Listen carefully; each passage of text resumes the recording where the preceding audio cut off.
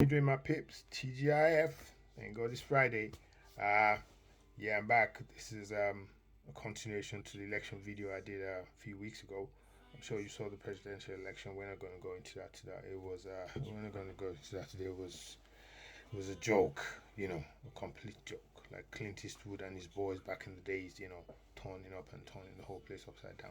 But hey, we're going to move on. We'll leave that to the people who want to challenge the result and INEC and the people who've been voted into office. We'll see what they can do.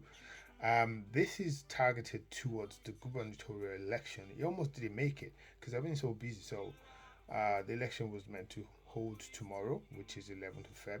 But while I was doing my news round yesterday, I really love news. Don't ask me why. I got the wind that it's been postponed by 7 days.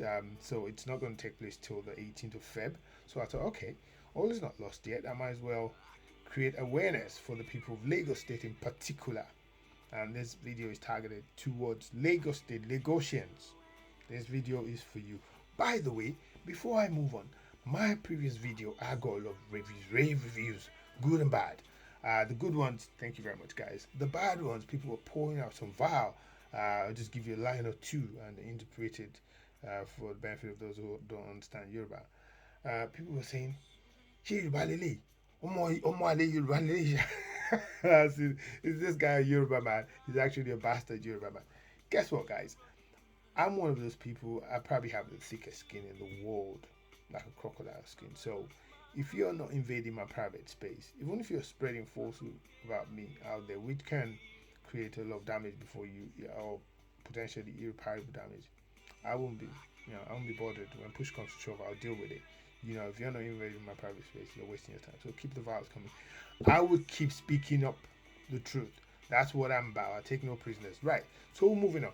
But I will give you one thing to do with Yorubas and the way they see things. The Yorubas will tell you Omowa Nikeje Koshe, meaning let our own child do it. Let a Yoruba child do it, a Yoruba son, whichever way you want to put it. It's a very difficult language to put from English to Yoruba, and or for Yoruba to English.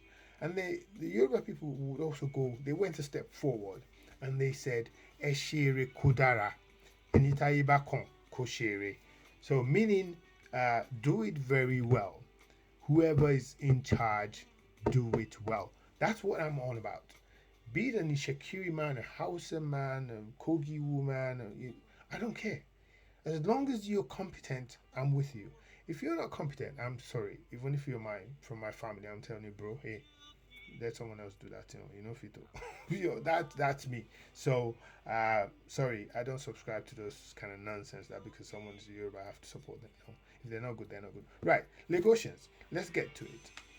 I want you to remember NSAS night when protesters were sitting down by Lekki toll gate having a peaceful protest. Some held up their phones, with the light on. Some had candles. It was a somber moment. They were reflecting potentially on things that have happened to them, probably, things that have happened to their loved ones, how they've suffered at the hands of these SARS people and even police. Nigerian authorities, the law enforcement agencies, they're very narrow-minded. Maybe they don't train them properly anyway. You see someone with a tattoo and you automatically believe must be a Yahoo, but some nonsense, that doesn't. But regardless, you were trying to change that position by making your sort of disapproval known to how you've been treated over the years. It's been going on for so long. You were sitting down there, and then the military boys turned up and opened fire. Opened fire on peaceful protesters in a country where there is a war going on, insurgency, and the soldiers on the front line are crying out that they don't have enough weapons. And the Muppet, Babajide Sanwo-Olu, what's his name, he can't speak to the military as, hey, these weapons, use it at the front line. Don't come and unleash it on my people. You know what? The president is an APC president. Babajide Sanwo-Olu is an APC governor. So definitely he must know who sent the military boys. But it's common knowledge between me and you guys that He hasn't told anyone who sent the military boys. He said he does not know. He's the chief security officer of the state. And he's telling you he doesn't know who sent the military boys. I just had to just let the sigh go there. That's highly inconceivable in all the circumstances of a case. Because the president's APC. So, Grand Commander of Federal Republic, Chief of Armed Forces, Buhari, he's APC. Governor is APC. If the soldiers have to go out and carry out an operation, a military personnel must know about it. So, if the president's APC and the governor's APC, surely the information will filter through somewhere. The soldiers won't just get out from their barracks. Some of them don't even want to walk anyway. They're tired. So you have to give him an order to go, and who gave the order? Till this date, he's telling you he doesn't know. If you believe that, he's taking you for a fool. He's taking you for a moron. He's trampled on your human rights like you don't matter. He's treated you like a piece of shit if you were to re-elect him into office. And you know what? You'll be setting a very bad precedent for Nigerian politicians. They'll look at you and say, look at Lagos. Upon what Babajide Sanwo-Olu did for them, they still elected him. Don't worry, I'll do this. They'll elect me. That's the mentality of our people. You've got to understand, the way it works. Because if you don't, that's not progression. We want progress. Lagos has always been a progressive state. It's been one of the most progressive states in Nigeria. I know it's been controlled by APC. We thank them for doing a relatively good job. But they've been in power since 1999. I stand to be corrected, when Tinubu was there. And I'll go through their record now to see it's not like they're indispensable. Tinubu, they said he built Lagos. Well, how did he build Lagos? He built Lagos on debt. On debt. And they're still paying that debt to creditors and to him. Lekki toll gate income, this is the income. As we've rumors had it that he's getting a lot of money via the governors. He keeps putting them in place for that reason. We don't know that. But if you changed the governor from APC to any other party, we might find out. Things that have been clouded in uncertainty might just be clearer to us. You know what? And they said he was a statesman. He did very well. Did he build one world-class hospital when he was there in 8 years? Same goes for Buhari, if I might digress a bit. Did he build one world-class hospital? They're building roads. They're constructing railways. The byproduct of all these modes of transportation is going to be accidents and patients. That people don't think. It's like their thinking faculty, reasoning faculty is underneath their feet. Build one hospital, Buhari, no. Build one hospital, Tinubu, no. Back to the topic. Move on to Fashola. He said he constructed 2 boreholes for 75 million naira or $75,000 each. It's sad. Put you on a high pedestal and they will just drop, bam, to the floor. Get buried in the sand. Ambodi's tenure was relatively quiet. I wouldn't necessarily say uneventful, but no scandals. And no sort of upheavals, no sort of high agitation. So did relatively well, I guess, before he was chased out of office by the Godfather. Now came, what's his name? Sanwo-Olu. And Sanwo-Olu is telling you, the highlight of his 4 years, actually, is this Lekki toll gate. You know what? And he did that to you when he knew, potentially, that he was going to seek re-election. He still did that to you. And you know what? If you accept it and you vote for him again, think about what he might do to you when he's not looking to be re-elected. Yeah, maybe you might want to go and contest for the Senate, but that's different from contesting as governor again. So the other time he just talked at your heart. Yeah. This time he might rip it out of the cage completely. So maybe as a protester that night, you sat there and someone beside you was shot, or you saw someone who was shot. This time around, you never know what he's going to do.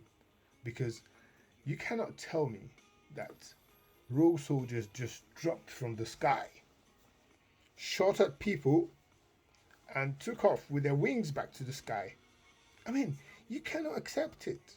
It's as simple as that. You cannot and should not accept it. Do not re-elect Babajide Sanwo-Olu.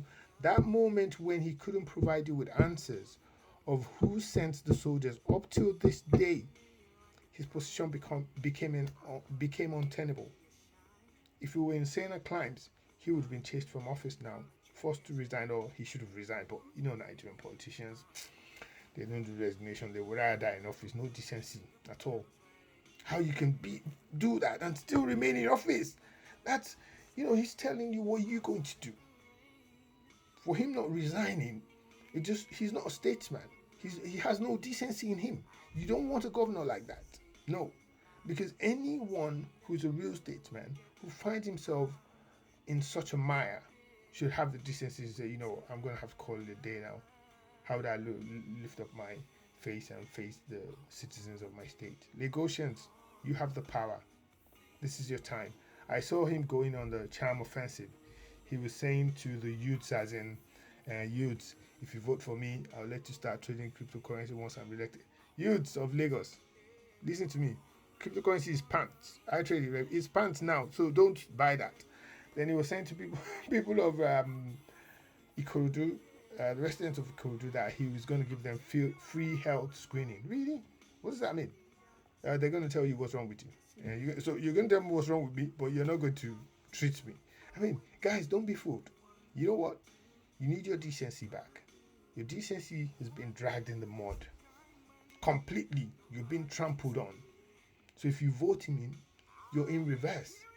You want a progressive Nigeria, progressive Lagos. Lagos is one of the most progressive I said before. You want to keep progressing. With Sanwo-Olu, you cannot keep progressing. Why? Because, he doesn't care about you. All these people care about is themselves. I saw a clip on Instagram, MC Oluomo. I couldn't believe it. This guy was begging, Ejo, in Kotabashi for like this, Ejo. I said, really, these people can beg. You know what? Don't be fooled by all the begging.